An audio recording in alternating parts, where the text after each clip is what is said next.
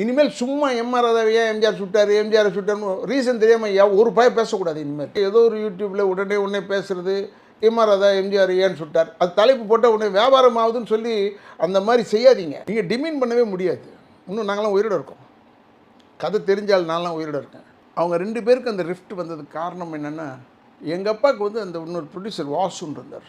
வாசு வந்து அப்போ பெட்ரோல் தான் பிள்ளையா ரிலீஸுக்கு படம் எடுக்கிறதுக்கு அப்போ 1 லட்ச ரூபா வேணும்.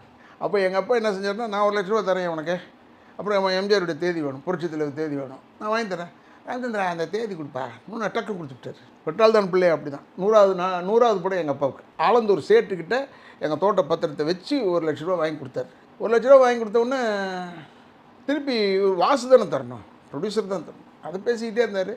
அப்போ புரட்சி தலைவர் கூப்பிட்டு அதெல்லாம் வேணாண்ணே நான் பார்த்துக்கிறேன், நான் கொடுக்குறேன்னு சொன்னார். இவர் கொடுக்குறேன்னு சொன்னதுனால வந்த ரிஃப்ட்டுங்க அது.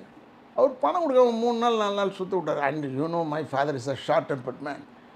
நான் எங்கள் பாட்டு கற்றுக்கிட்டது என்ன, கோவத்தில் முடிவெடுக்கக்கூடாது. பொதுவாக சொல்கிறது அன்பாக இருக்கும்போது சத்தியம் பண்ணக்கூடாதுன்னு. ஆனால் கோவத்தில் முடிவெடுக்கக்கூடாதுன்றது எங்கள் அப்பாட்ட கற்றுக்கிட்டேன். ஏன்னா எங்கள் அம்மாலாம் சிறைச்சாலைக்கு போகும்போதெல்லாம் பம்பாட் பண்ணுவாங்க. என்னையா செஞ்சான் இருந்தாலும், என்னையா 1 லட்ச ரூபா மேலே தூக்கி போடியாது, எதுக்காக இப்படி போய் செஞ்சேன், இதனால் குடும்பம் இவ்வளோ பாதிப்பு தெரியுமா அப்படிலாம் சொல்லுவாங்க. பட் எங்கள் அப்பாவுடைய போக்கு வேறு sir. You cannot bring him under one இது. அதனால் அந்த 1 லட்ச ரூபா தான் சார் மெயின் விஷயம். அதுக்கு என்ன அதுக்கேற்ற மாதிரி என்ன ஆச்சுன்னா 67 ஜனவரி 12 ஷூட்டிங் கேஸு, எலெக்ஷன்ஸு, அதில் மாறிச்சு. ஆட்சி மாறுறதுனால என்னதுன்னா, ஃபஸ்ட்டு கம்ப்ளைண்ட் கொடுத்தது வந்து இப்போ சைதாப்பேட்டை ஸ்டேஷனில் எங்கள் அப்பா தான் கொடுத்தாரு. சரி, ஐ எம் அன் அட்வொகேட், படிச்சிருக்கேன், ஃபுல் ஃப்ளெஜ்ட் அட்வொகேட்டாக இல்லை, but I Khan to the college 3 வருஷம் முடிச்சிருக்கேன். ஏன்னா எதுக்காக இந்த பேட்டி இப்போ நான் தரேன்னா, இவ்வளோ ஸ்ட்ராங்காக தரேன்னா, பிகைன் வுட்ஸ் கொஞ்சம் பாப்புலராக போகும், அதுக்காக தான் இதை கொடுக்குறேன். இன்றைக்கி கேட்ட கேள்விக்கு பதில் சொல்கிறேன். ஃபஸ்ட்டு சைதாப்பேட்டை கோர்ட்டில் போய் சைதாப்பேட்டை ஸ்டேஷனில் போய் கம்ப்ளைண்ட் கொடுத்தது எங்கள் அப்பா, ரத்த கரையோட. ஃபஸ்ட்டு கம்ப்ளைண்ட் யார் கொடுத்தாலும் இஸ் பிளைன்டிஃப், யாரை எதிர்த்து கொடுக்குறாங்களோ இஸ் அக்யூஸ்ட் ஆக்சுவலாக பார்த்தீங்கன்னா. ஆனால் ஆட்சி மாறுறதுனால லெட்ரு மாறிடுச்சு, எங்கள் அப்பா கொடுத்ததே இல்லைன்னு ஆயிடுச்சு. அதே மாதிரி உங்களுக்கு இன்னொன்று சொல்கிறேன். ஒரு பெரிய போலீஸ் ஆஃபீஸர் ஒரு பேட்டி கொடுத்தார்.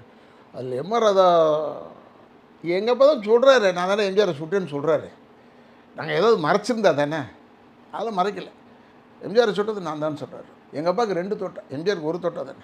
நான் இப்போ கேட்குறது என்னென்னா, ஒரு ஷாட் தெரிச்சு போயிருக்கும் மண்டையை, அப்புறம் எப்படி 2வது ஷாட் இங்கே, அப்போ வேறு புல்லட், அந்த புல்லட்டுடைய நம்பர் என்ன, இதுதான் நான் கேட்டேன். ஆட்சி மாறியதால் அந்த ஃபோரன்சிக் ரிப்போர்ட்டு மாறிடுச்சு. அந்த ஆட்சி மாற்றம் தாங்க எல்லாத்துக்குமே மூல காரணம். ஏன் அவ்வளோ தூரம்? எங்கள் அப்பா கடைசியில் சுப்ரீம் கோர்ட்டில் we are fighting in this court. Natarajan சார்லாம் மோகன் குமாரமங்கலம் எங்களுக்கு வக்கீல், அவரெல்லாம் பேசும்போது ஃபைட் பண்ணுறாரு.